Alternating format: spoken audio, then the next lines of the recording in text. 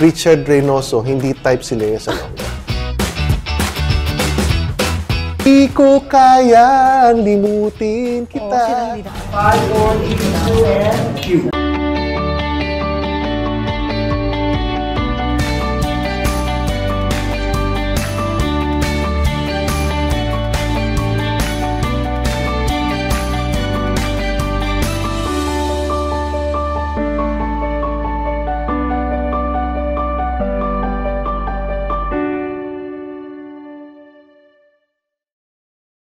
Hello friends! Welcome to the Snooki Serna channel. Masaya po itong episode natin ngayon kasi hindi lang po tayo makikipagkwentuhan, makikipagkantahan din tayo. Pero bago po ang lahat, please like, share, and subscribe to our channel para po mas lumaki pa po ang ating pamilya. Nandito po tayo ngayon sa Goka Tea and Coffee dito sa Kamuning Road, Scout Rallios Extension, Quezon City. Maraming salamat po sa aking kaibigan, si Miss Angie Ong. Siguradong wala akong hindi nakakakilala sa guest natin today dahil isa po siya sa pinakasikat na OPM balladeers ng dekada 90. Pero ito po ang nakakamangha. Kasi hanggang ngayon, naririnig pa rin natin sa airwaves ang kanyang mga awitin. Now, that's what we call timeless. Please welcome ang magaling at hindi po tumatanda dahil gwapong-gwapo pa rin, OPM balladeer Richard Reynoso!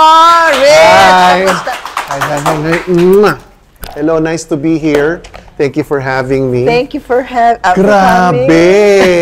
My God, you still look so pretty. Oh, thanks. Pero Rich, ikaw hindi nagbago. Totoo nga, when we say gwapong-gwapo at batang-bata, we mean that. Ano bang sikreto naman? Bakit ang bata-bata? Masaya lang siguro ako. Yeah, and also, yung stress na punta sa misis ko. So, kaya ganito pa rin. Rich, ano man sabi mo, pakiramdam mo na hanggang ngayon, yung mga kanta mo na pinasikat mo dekada 90, hanggang ngayon naririnig pa rin sa radyo, kinakanta pa rin ang mga awitin mo. Nakaka-overwhelm. I blame mostly yung yung technology. Oo. Kasi yung pasok ng videoke, ng what have you, Spotify, right. Itong bagong technology na to, kumbaga yung longevity ng isang kanta humaba. Di ba? Nakakatuwa tumagal naman. lalo. So, nakatulong ba ang digital age? Ang laki ng naitulong niya sa pag-spread kasi mas malawak ang sakop ng gadgets ngayon, ng technology ngayon, as compared nung panahon natin.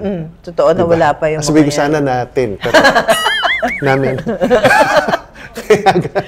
I have this kwento. Nagpunta ako ng Guam. Nilabas ako ng mga kaibigan ko. Pinoy din. Alam mo yung singer ka, tapos ilalabas ka nila, dadaling ka nila sa isang videoke bar. Parang feeling ko tuloy, no dinala nila ako doon, para akong pare na nilabas mo, dinala mo sa simbahan. So, I get what you mean. Trabaho ko na yun eh. Pero doon ako dinala. Kasi pinagtrabaho ka pa rin. Parang gano'n na nangyari, pero hindi naman, mahihiyain naman sila. Ang setup nila doon, restaurant to, videoke bar, pero lahat ng mga tables may microphone. Oh my, okay. Okay? So, okay naman. Enjoy kami lahat. Biglang tumugtog yung paminsan-minsan. Alam mo na kagad yun, simula pa lang eh. Diba? Tapos tumingin ako doon sa mga kasama ko, nakatingin sa akin, nakangiting gano'n. Ang basa ko, parang kantahin niya kaya. Pressure. So ginawa ko, kinuha ko yung mic, para naman hindi nakakahiya dahil hinostan naman ako, sila naman nag-host sa akin. Kinuha ko yung mic, and I started singing. Bait naman itong singer. I started singing. Maya-maya nun, may tumapik sa akin. Sir. Kumano sa akin. Tingin ako, waiter, sabi niya, the other guy is supposed to sing that song. Yung pala may ibang kakanta. In fairness, hindi ako. Hindi naman pala ikaw. Tapos ang sabi sa akin, it's his song. Oo. Wala nga, naagaw na yung kanta ko. Diba? Only to find out that the guy doesn't know me. Alam niya yung kanta ko, pero hindi niya alam ako. Yung score niya mataas alam mo naman. kung bakit? Hapon. Hapon yung kumakanta. So, nasubukan, to answer your question, yes, nakanta ko na yung kanta ko sa isang videoke bar. Score wasn't nice. Very honest, no? Rich, pagka sinasabing balladeer, ikaw yun. Ano bang ibig sabihin sa'yo nun? kumakanta ng mga love songs, ballad. Right. Mga hugot songs. Mga hugot. Bago ang lahat, kung hindi pa kayo nagsusubscribe, subscribe na po kayo. And if you like the episode today, please like, share, and don't skip the ads. Alam niyo na kung bakit. Thank you. Ang training na nakagisnan ko kasi yung mga uncle ko uncles ko na kumakanta ng mga love songs. So it's in the family talaga? Yeah, mostly my mom's side. Oh, are there any other professional singers in your family? Ako lang ang mas makapalang mukha na lumabas sa industry. So si Mami nag-train sa'yo? Pagka lumalabas na sila sa TV or they go up on stage, umuurong na yung boses nila. Ako lang yung nagpursige. And I heard nga parang naging choir member ka pa. Nag-choir member ka. I started... Can you take us to that time? Well, okay. Nung time before kasi, my mom and my dad had to work outside. I mean, meaning outside the country, outside the... Right. So I was left. I chose to stay with my lola, who's in the province, sa Mendez, Cavite. Maaga sila kung matulog doon eh. Mga alas 6 pa lang noon, di ba? Tsaka alam mo, pagka nasa province ka, di ba, wala masyadong activity. At that time, wala masyadong activity sa province. Naghanap ako na pwede kong gawin. Napasama ako sa choir. Galing yung naman. buklod. Ang masama lang nito, wala akong formal training. So, sariling sikap na lang, na-mold ka doon. Biglang bibigyan ka ng papel, nandun yung mga areglo. Puro drawing lang sa akin yun, dahil hindi ko naiintindihan yun. Sa church noon, meron ng kantahan ng luwalhati sa Diyos. Tapos biglang babagal yun eh. Magkakaroon ngayon ng solo, di ba? Ako yun. Oo, di ba? Ako yun. Dahil galing ako ng Manila, nung time na yun, puro makanta nila Martin, nila Gary, nila Nonoy, puro English. Right. Nila Rick Sigreto. So, hindi ako nasanay na kumanta ng Tagalog. So, nung kakanta na ako, ikaw na nag-aalis ng mga kasalanan na sanlibutan. May tono. Mahawa ka eh. Mahawa ka. Pagkamulat ko, nakita ko yung konduktor namin, nakaganon eh. So, mula nun, hindi na niya ako pinakanta. Nung Tagalog. Nung Tagalog. On that light, Rich, hindi ka nagtatagalog. Sumikat ang mga kanta mong Tagalog. Tagalog. Yeah. Diba? Ang laking bagay niyan. Paano ka nag-transition eventually? Anong kwento? Alam mo ba, dala-dala ko pa yan nung unang project ko sa Viva? Si Benny Saturno. Pinakanta ko ng theme song ng Balweg. Dito sa aking mundo. Paglabas niya ng recording studio, nakita niya yung mga magulang ko doon. Sabi pa naman, saan lumaki si Richard? Dito lang sa Pilipinas. Ba't ganun kumanta? Ganun talaga ako kumanta dati. Ang slang. May slang yung Tagalog mo talaga. Nagbago yung lahat nung makilala ko si Armida Siganrena. Doon lang nangyari yun. Ang mentorship. Alam mo naman ang karakter ni Tita Mids. Pag hindi ka nakinig, manhid ka. And I believe, it's a good experience for new artists, di lang new, kahit siguro veteran na may makasalamuha sila at one point na napaka-stricto. Kasi doon ka lang titino eh.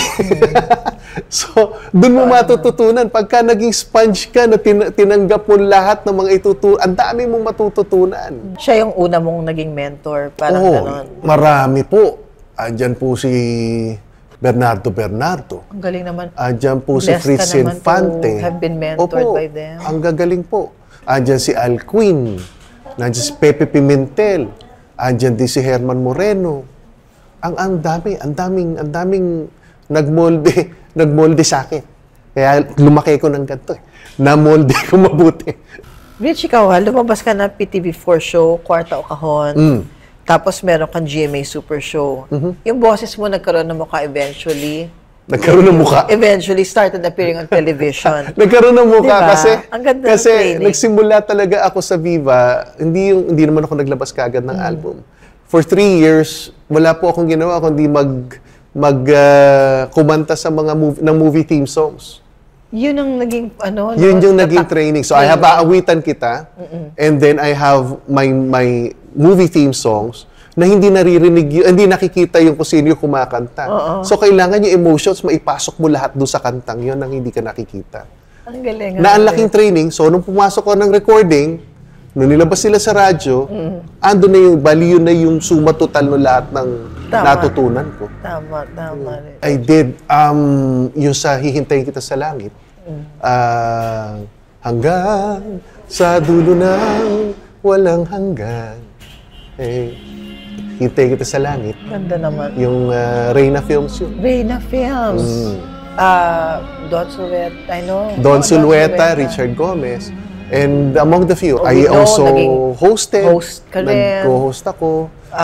First time na nag-co-host was a noontime show sa Channel 4, Chico Chica, na sister company ng Batibot.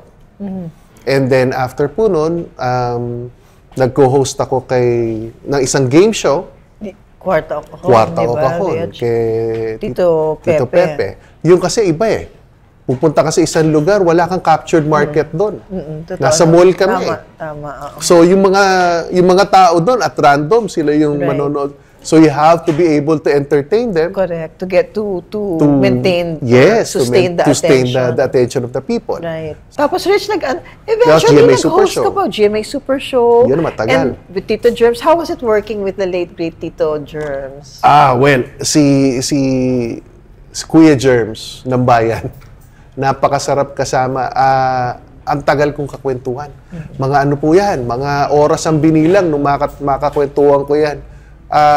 He was so generous in teaching me the ropes. Siya raw kasi, sabi niya, ako kasi, gumanon siya, mas gusto ko yung ipapakita ko kung ano yung kaya ko. Ipapakita ko kung ano yung kakayanan ko. And then, tsaka ko hahayaan yung producer na tapatan ngayon ng talent fee kung ano yung ginawa ko. So, hindi siya yung magbibigay ng presyo. Tapos gagawin niya yung trabaho. Movies naman tayo. Pick, Pack, Boom. Anong experience mo dun sa Pick, Pack, Boom? Yung first time na makatrabaho ko si Direk Leroy Salvador. Iba rin naman si Tito Leroy. First time. Mabait din. Though hindi ko nakasama, pero sinasabi ng mami ko na magaling siya mag-direct. Magaling. Napakabilis. Mabilis. Tapos, doon ko rin nakasama si Lea Salonga. Doon ko rin nakasama si Herbert Bautista. Tapos ito naman, abot hanggang sukdulan. Kamusta naman ang experience natin dyan? Parang may tawa talaga. Yan na yun. Yung sinasabi ko. Yun yung tayo eh. Yun yung tayo.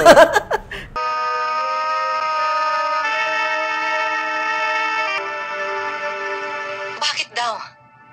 Alam kong pinilipit ni Congressman Barredo ang kamay ni Mr. Mariano. Pero Rich, diba ako, will you agree na pag hindi mo ako kilala, di ba parang some people would think, parang suplada You're so quiet. To. Kasi I'm so quiet. Essentially, parang mahihain ako. You're so quiet. But, pero pagka kinausap ka naman, you've always been so warm. Thank you. And pag comfortable ako sa tao, like you naman kasi. You've always been so warm. Hindi pwedeng maging uncomfortable with you because you make us always feel comfortable. Marami Pero pag tayo'y magkakalayo, isang linggong pag-ibig, bakit ikaw pa rin, among many others. Kung tayo magkakalayo was the Romnick Sarmienta, Cheryl Cruz Tarrer. Bakit ikaw pa rin? Bakit ikaw pa rin, Gary Sharon? Di ba? Ang ganda ng cast. Rich, ikaw talaga masasabi talaga, isa ka sa mga pop idols 1990, dekada 90, ikaw talaga isa sa mga, mga pinagkakaguluhan, crush ng bayan. Totoo. Ikaw, para sa'yo, masasabi mo, naging madali ba sa'yo yung pagsikat mo nung time na yun bilang mga awit? Hindi po madali yun. Ang dami yung pinagdaanan para makapagtrabaho at makatagal ng ganito. There were even instances na sa kotse na ako natutulog. Grabe. Dahil lagari yung mga shows mo. Rich, anong pakiramdam mo pagka yung naririnig mo yung kanta mo sa radyo? Yung pakiramdam mo nung unang narinig mo yung first song mo na na-air siya sa radio? Ay, kakaibang high. Hindi mo po malalaman, hindi mo ma-explain yung tuwa na marinig mo yung boses mo. Ibang klase po yun. Tapos, papakiramdaman mo, titignan mo yung paligid mo kung ano magiging reaction nila. Tapos ito pa, Rich. Unang kanta mo yan, Hindi Ko Kaya. O, di ba napaka-positive? Ang galing, ha? Positive sa kabaliktaran. Pero naman, ha, nag-gold ka agad. Yes. Then, nag-first album. Yes. Nag-first album, nag-platinum. Yes. Hindi ka ba nalula sa biglang paglaki ng pangalan mo, Mr. Richard Reynoso? Na-overwhelm. Oo, Kasi hindi mo talaga maintindihan yung feeling. So, iba yung feeling nun. Pero ang kagandahan sa lahat is yung years after, wherein you see people, yung mga security guards, mga janitors, na biglang kakantahin yung kanta mo out of the blue. Totoo naman, ibang feeling, ano? Feeling ko nga, para sinusundan ako nung kanta eh. Oh. Rich, yung mako-consider mo na pinaka naging rival mo ng mga panahon na, yung mga panahon na yun? At that time, I was so fortunate. Nung naglabas ako ng album, parang nagkaroon ng gap ang industry. Wala akong naging rival. May mga ibang nauna sa akin, katulad nila Ding Dong, nila Ogie. Merong nahuli sa akin, katulad nila Ariel Rivera. Pero during that time, yung ako talaga mismo, wala. Kasi nakahanap nga ng, parang binigyan ako ng lugar. Nadadaanan na dito ka. Would you say that's a divine intervention? I believe so. Everything involves God. Amen. So I think, ano yan, may nakasulat yan. That's true. Ayun. Medyo naging cheeky boy ka ba ng mga panahon na yun, brother? Wow.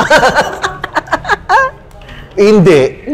Ay, good boy. Hindi, kasi at that time, kasama ko yung tatay ko eh. Ayun. So, pareho tayo, ako naman si Mami Mila. di ba? Oo. So, alam mo yung feeling? Si Daddy is still with us, Rich. No. He passed on back in 95. Oh, sorry. Due to lung cancer. Yun din ang naging rason ng pagkawala ng father niya. Ako, fortunately, nung 2019, nalampasan ko yung cancer ko. Nagkaroon ka mo ng ano, Rich? Hindi ko alam yung nagkaroon ka ng Yeah. Ano yun? Thyroid cancer. Ayun. Oh, thank God. Buti ano. In God is 2019, so muntik merciful, ng Rich. I was put to a test ng dun nga, thyroid cancer, na pwedeng malaking chance na mawala yung boses ko. Na hindi na raw ako makakakanta. Tapos, nung 2021, COVID naman. Na lungs ko naman ang tinamaan. Mga vital organs na kailangan ko sa pagkanta. Pero ito pa rin ako. I still sing. So, Thank God, God no? is good.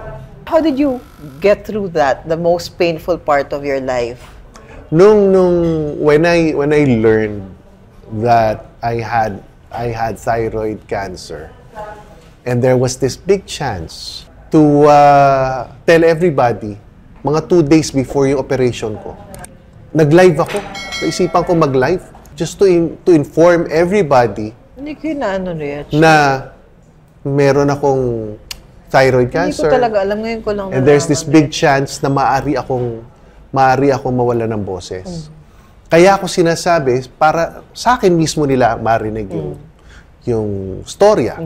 And at the same time, kasi 2 days na lang, nabi ko, I want to look back, kung mawawalan ako ng boses, I wanted to look at something na pwedeng sabihin ko na, mapapanood ko na ito yung huli kong kinanta.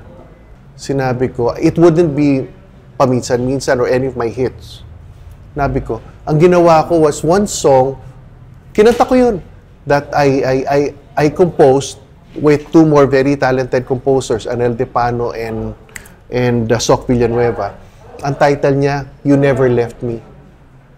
Alam mo ba, ang bridge nun goes something like, footprints in the sand, now I understand, you were always there to carry Naiyak me. naman ako.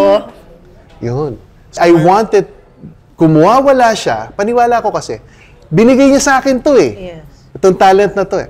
Kung mawawala man siya, okay lang. Okay lang. Walang regrets. Na-enjoy ko po. Thank you. But if you really must take it, go. Okay lang. Wala samaan ng loob. Thank you. In the time Ayun po that you talaga yun. surrendered everything to Papa God, Doon niya pinamala sa'yo na, oh, this is where I will let you realize Oh, that I am yes. God and I'm in control of your life. You know, the magic of that was, ganito kasi yan eh. Ito yung voice box natin, di ba? Ito yung thyroid. In the middle of this, itong dalawang to, merong napakanipis na ugat. They call it the third nerve. Yung ano yun. Minsan yun, nakadikit yan, either napakadikit niyan sa voice box or napakadikit niyan sa thyroid. Nakadalasan, pagka inoperahan ka, doon nagkakaroon ng difference sa boses. Yun yung, tagal bago bumalik ang boses mo kasi tinamaan eh. Nako, thankful ako. Unlike others, pagpasok ko ng kwarto from the recovery room, may mga tumatawag para mangumusta sa akin. Nagulat, nakakausap nila ako. Forward tayo. After nun, forward tayo. Right. 2021. COVID naman. Lungs naman. Again, another challenge. Na ICU po ako for 8 days. ICU talaga. Delta yun eh. Oh my goodness. I was labeled Hindi ko critical. alam yun. Oh my God. Lahat ng kasama ko sa loob ng ICU, graduate. Ako lang ang nasipap. Ako lang ang sinipa. Niniwala ako that God would manifest His presence sa akin through humor. Natutulog ako. Tulog na ako. Mga iniinom kong gamot, mga 8 o'clock, 9 o'clock, tulog na ako eh. So, eto, may gumising sa akin. Ginising talaga ako. Mr. Reynoso, ito na yung gamot niyo for the night. Alam ko na, inom ko na lahat eh. Ay, hindi, meron pa pong isa. Kailangan po ito, doctor's orders. Okay. So, ininom ko. Pagkatapos ko inumin, tinignan yung vitals ko. Pagkatapos, sige, sir, good night. Teka, kako, ano muna yung ininom ko? Sir, pampatulog po. Di ba matatawa ka rin naman? Ginising ka para patulugin ka Di ba ulit. parang pelikula lang ni Dolphy? One thing I know for sure is that during that time, we were really asking for prayers. We weren't asking for anything else. We were asking for prayers. May mga netizens na nagsasabi na, ano ba yan? Hindi ba sila marunong magdasal? Ba't sila humihingi ng dasal? Pero alam mo ba, may ganong feeling talaga pagka naandun ka sa loob o nasa isang sitwasyon ka na alam mong pinagdadasal ka. Ramdam na ramdam mo that there is this covering, there's this force that secures you. Na no matter what happens, alam mong secure ka, alam mong safe ka. Talagang darating at dating panahon na kabataan natin noon, kabataan ko noon, ngayon naging medyo nasa pa-golden age na tayo, may awa ang Diyos. Paano pinaghahandaan? Golden age na tayo. Diba? Oo nga. Paano ba pinaghahandaan yung mga ganun, yung mga pagdating sa panahon na yon? Nothing serious, dahil, di ba, sabi nila, yung bukas anon eh. That's true. So, all you have to do is just, be prayerful, be thankful for whatever blessings you get, tapos, and pray that things would work out good sa pamilya mo, nalalaki maging maayos sa mga anak mo, career-wise, wala na naman akong hihinging iba po. Maayos na naman po yung naging career ko. Sana, yung mga bagong artist ngayon would find ways para maibalik maibalik pa rin yung tunog dati. Kahit na i-adapt na lang nila sa tunog ngayon. Right. Pero yung mga kanta dati, sana yung magaganda eh. Wala na yung mga gumagawa ng mga kanta nung walang kapantay. Oo, no. Sayang at hindi mo nalaman na ang aking pag-ibig ay walang kapantay. Diba, lamig naman ang boses. Rich, how do you think the industry has treated you all this years? Oh, they've been so as kind. An artist? As an they've been so kind. Being able to work with some of the best people in the industry, ay syempre, that's more than a blessing. That's true. priceless. Right, that's true. Yung mga katrabaho mo, yung mga legendary people in the Totoo industry. naman. Na at one time, being able to work with Nora Honor, That's totoo with naman. Vilma Santos, Armida Sigon Reyna. with you. With you. No. Fishing pala si Snooki. No. That's true.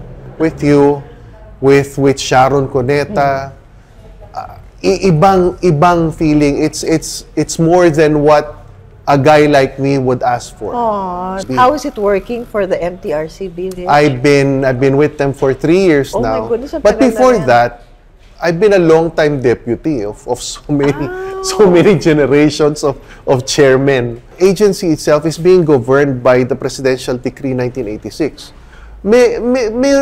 Meron kaming basis kaya po namin nabibigyan ng rating ang bawat isa. Bakit namin pinatatawag ang mga ibang shows, ba't kinakausap yan? Tayo ngayon ay pupunta sa Pick a Name. Ay! Si Lilet! Lilet. Hi, Si Lilet. Nakatrabaho ko yan sa Pikpak Boom, si Lilet. Pero bago yan, every time I guest sa That's Entertainment, nandun siya. Oh. Di ba That's Entertainment din si Lilet? Wala akong masasabi kay Lilet kasi siya yung napaka-generous ni Lilet nung kumakanta yan noon. Ganda ng boses. Ang ganda ng boses. Kaya ako sinabi napaka-generous, yung vibrato niya generous. Oh, talaga? Oh, ako makakanta yun. Kahit ako'y bata pa, kahit bata pa, ako. Ganun niya kumanta. Pero ngayon ako, narinig ko kumanta, ang ganda. Ay, sino yan, Mitch? Ay nako! Mga matatanda na to eh. OPM Hitmen. Oh, yes, di ba? Oh, Si Rani Raimundo, si Chad Borja, si Renz Berano. Ano yan? Matatanda. Noong 2012, nakasama ko si Rani Raimundo sa isang show. Si Rani. Hi, Rani. Ngayon, doon pala sa backstage, yung mga dating artist nagkikita sa backstage, yung kantsawan, nagkakakantsawan. Malakas ang kantsawan. Ganun ako, nanonood ako, tapos tawa na kami ng tawa. Sabi ko, maganda to kung dalhin mo to sa harap ng stage. So, kinausap ko si Rani. Rani, gawa tayo ng grupo. Oo. Ikaw pa lang nagsabi, magbuo. Yeah. Niligawan ko idea. mabuti si Rani. Ayaw maniwala noong una eh. Sabi ko, gawa tayo ng grupo. Yung kung ginagawa natin sa backstage, labas natin sa stage. Walang script. Walang... Extemporaneous lahat yan, spontaneous. Spontaneous. Yeah. Sige. Tinawagan ko si Chad, tinawagan niya si Renz. Pasok kami, nag-meeting kami. Doon pa lang, may kantsawa na, nakita ko na yung dynamics. Naitayo namin siya 2012. 2015, we won Best Concert by a Group ng Aliw Awards. Rich, 2012. Tagal na rin pala, ano? Regine Velasquez. Ang ating songbird, nag-iisa. Songbird. Si Mrs. Alcacid. Yes. Alam mo ba takot na takot akong ka-duet yan? Bakit? Why so? Si Regine is so dynamic. Ang range niyan, kumbaga sa napakababa na akala mo yung imburnalik na napakababa. Masyadong mababa. Talaga. Tapos pwede niyang daanin hanggang sa taas na...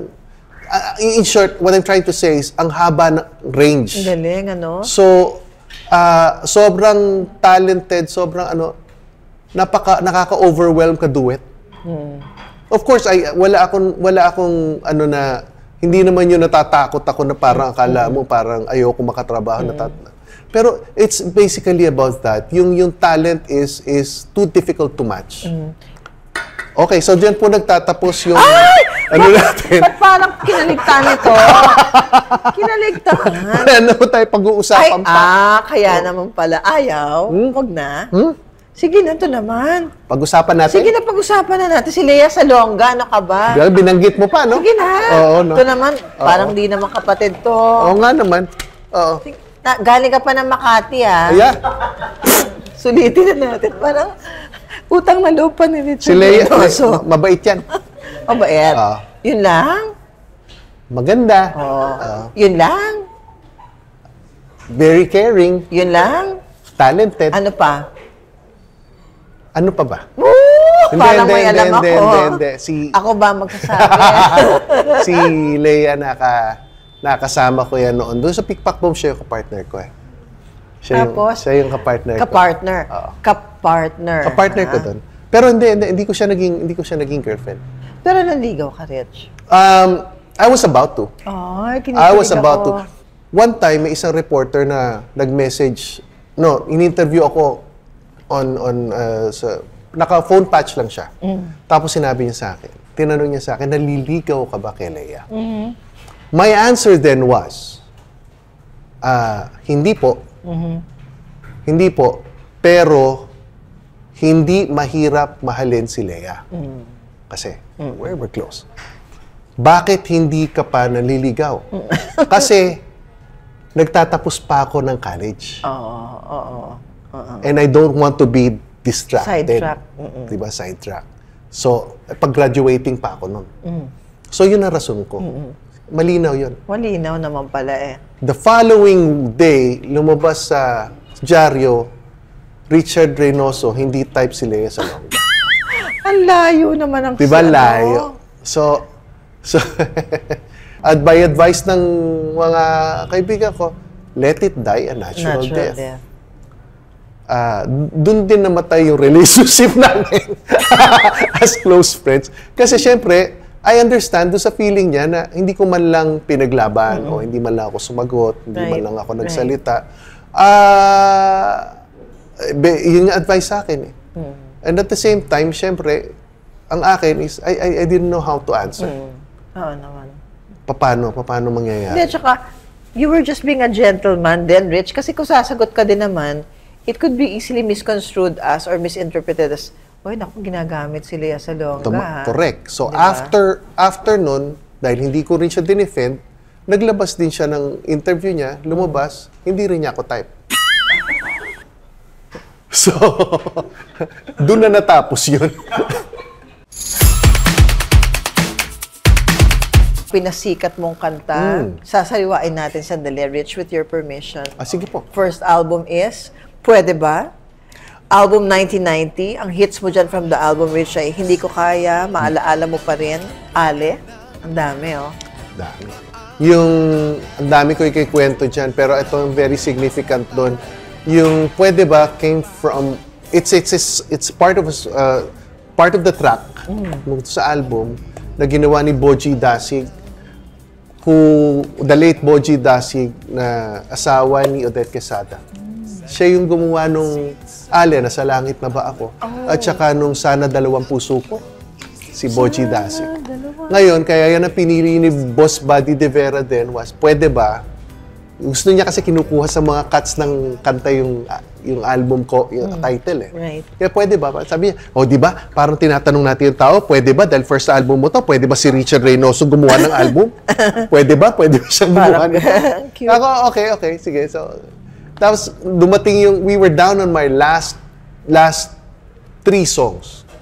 Biglang may pumasok na kanta yung Hindi Ko Kaya. And we were looking for something na napakasimpleng kanta lang na anybody could sing it, kahit mga batang maliliit could sing it. So kinanta namin, dumating sa akin yung kanta ni Aaron Paul na Hindi Ko Kaya. Di ko kayang limutin kita, masdan mo lumuluha ang aking mga mata. Pilitin ko man ako'y nasasaktan, ang katotohanan ay mahal pa rin. Kita. Ito hindi alam ng mga tao. Ngayon ko lang nga aminin. Hindi ko kaya, kinanta ko yon on my regular voice. Tapos ginawa nila, pinihit nila ng konti yung speed nun. Binilisan nila ng konti. So, tumaas ng konti yung boses, nagmukhang jukebox. Kaya kung papakinggan ninyo yung original song nun, wala ni konting bahid ng boses ko sa paminsan-minsan kasi pinihit nila yon para magmukhang konting matining. Ito naman, next album mo, Rich, is Bawat Sandali, 1991. The hits from the album are Paminsan-Minsan at Kahit Sino. Ang pinakamahirap sa lahat is looking for a second hit. Following a big hit like Hindi Ko Kaya, it was difficult for us to follow it up. So, naghahanap kami ngayon. Pero bago yon, Ito, yung paminsan-minsan, hiningan ko ng kanta si Aaron Paul del Rosario. Aaron, kako, gumawa ka na hindi ko kaya. Baka makagawa ka naman ng ibang hit. Ibang kanta for me. O sige, gawa siya. Pinadala niya ako ng list of songs. Pagdating sa akin ng kanta, narinig ko yung paminsan-minsan. Sabi ko, oh, gusto ko to. Gusto ko to. Ito na yun. Mine na yan. Sabi niya sa akin, may problema tayo sa kantang yan. Kako, anong problema? Paano kasi may nakakuha na yan? Kako, bakit pinarinig mo pa sa akin? Kasi 50% lang ang binayad.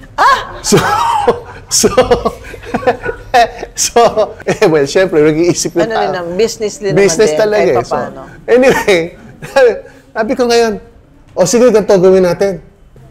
Tawagan mo na yung tao, sabihin mo sa kanya, pag hindi niya nabayaran ng buo ng linggo, ibabalik mo na sa kanya yung down payment, kukunin mo na yung kanta. Dumating ang Lunes. Richard! Ano? Nagbayad eh. Pero yung kanta, talagang hindi ko matanggal sa utak ko. Ang ganda-ganda masyado. At dahil kilala ko na kung sino yung nakakuha, every time na makikita ko sa studio, lagi kong binabanggit sa kanila, uy, narinig ko yung kanta niyo. Pasimple. Ang ganda. Nagpakita sa akin yung manager dun sa dressing room. Richard, interesado ka ba sa paminsan-minsan? Kako naman. Ganda eh. Hindi na namin gagamitin. Hindi bagay sa album namin. Well, it's not meant. It's not meant. Binalik nila kay Aaron. Binalik kay Aaron. We got the song, and the rest is history. Totoo naman. Hinihiling ko na kahit nasaan. Sarap pakinggan yan. Kaman ngayon, isipin mo ako kahit paminsan lang. Remember Me. Alam mo, 1992. So, natapos yung kontra ko sa Alpha. Viva was asking, dahil ang manager ko din, si William Leary, was working for Viva. Right. Kasi doon natin ginawa sa Viva yung abot hanggang Suktulan. Galing. Ginawa ni William, during my lull time, nung natapos yun, between 2 contracts, pinapirma niya ako ng album sa Viva, which was Remember Me. Bago pa ilabas ni Renz Berano yung Remember Me niya, nauna na ako. May version ako. Nauna pa ako doon. Kasi ano yan eh, Japanese song. Remember Me! Yan. Ang maganda nito, dun sa album na yan, na ang nag-produce si Danny Sobido ng Flippers, Pag-ibig ko sa'yo ko lang ibibigay. Si Danny din. Si Danny Sobido, siya yung nag-produce niyan. We were able to get, in one particular song, kinuha namin yung boses ni parang Footprints in the Sand, pero ang boses na yun, if you could get a hold of that album, yung boses ni Tito Eddie Garcia. Na-i-guess namin doon sa album na yun. Boses lang niya. Ito ba yung parang siya yung nag-narrate? Yes! Parang narinig ko yan. Oo, ang ganda nun. Siya yun. Nag-aalay. One particular song na natatandaan ko dyan. Kasi sa lahat ng mga albums ko na ginawa, meron po akong isang kantarya na parang remake, mga cover versions. Right. Kasi hindi naman lahat nagiging single eh. So may isa o dalawang kanta ko na ginagawang cover para, kumbaga, kung bibili ka, meron ka ng kanta na familiar sa'yo. And in this particular album, pinasok ko yung Panakip Butas. Haji Alejandro. Girl, ikakasal ka nga ba? Dinig ko'y kakasal ka. Buo ng isip mo. Yeah. Ito ang wakas. Baby, kung mahal ka niyang talaga, sige, pakasal ka. Sige, pagpatuloy mo na. Panakip butas nga lamang ako. Pero ito ginawa namin, thank you. Pero ito ginawa namin medyo sexy version. Pinasukan namin ng instrumental part ni Ike Diliaco para merong saxophone. So medyo may mas may may lambing, may landi. Di ba meron tayong alone time with God? What is this one thing that gusto mong ipagpasalamat or the many things that you want to thank God for? What would you tell Him? How would you thank Him? Oh, wow. That's a very good question. I never thought of that. I would be thankful for giving me the chance. Giving me the chance to do everything that I did. I am thankful for the people that I was able to work with. And above that, thankful ako for my kids, my family, my wife. So they kept me stable. They kept me Grounded. sane. So I thank God that you're okay, and I pray that you will continue to have health and safety and fulfillment and joy.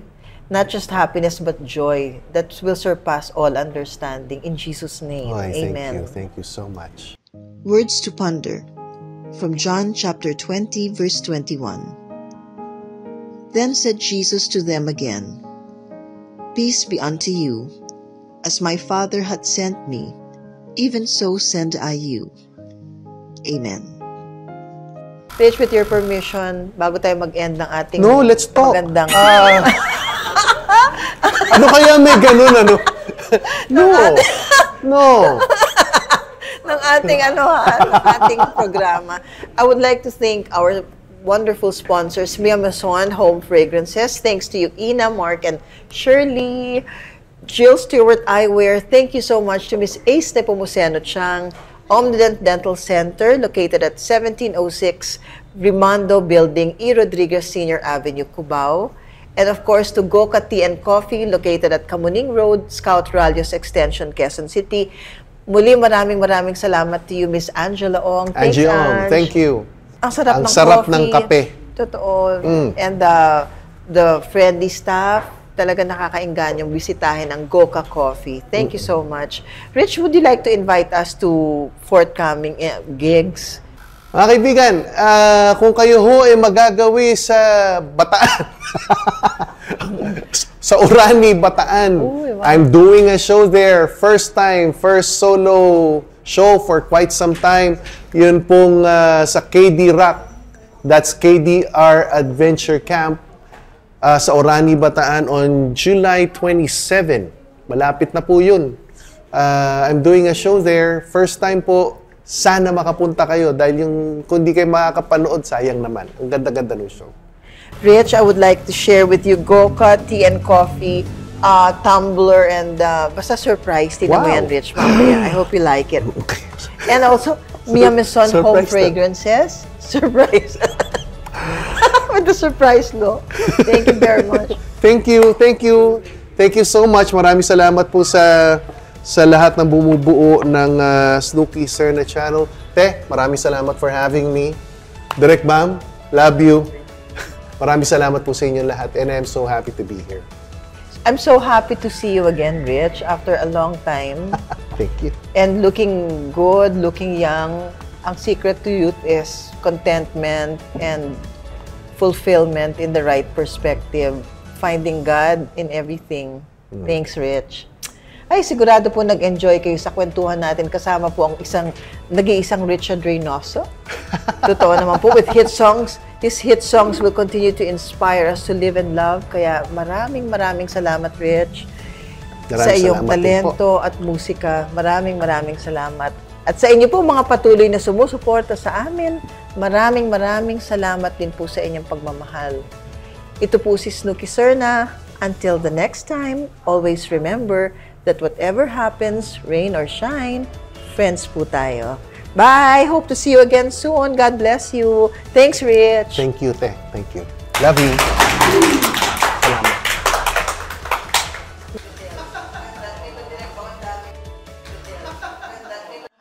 Okay yan. Sa editing na lang.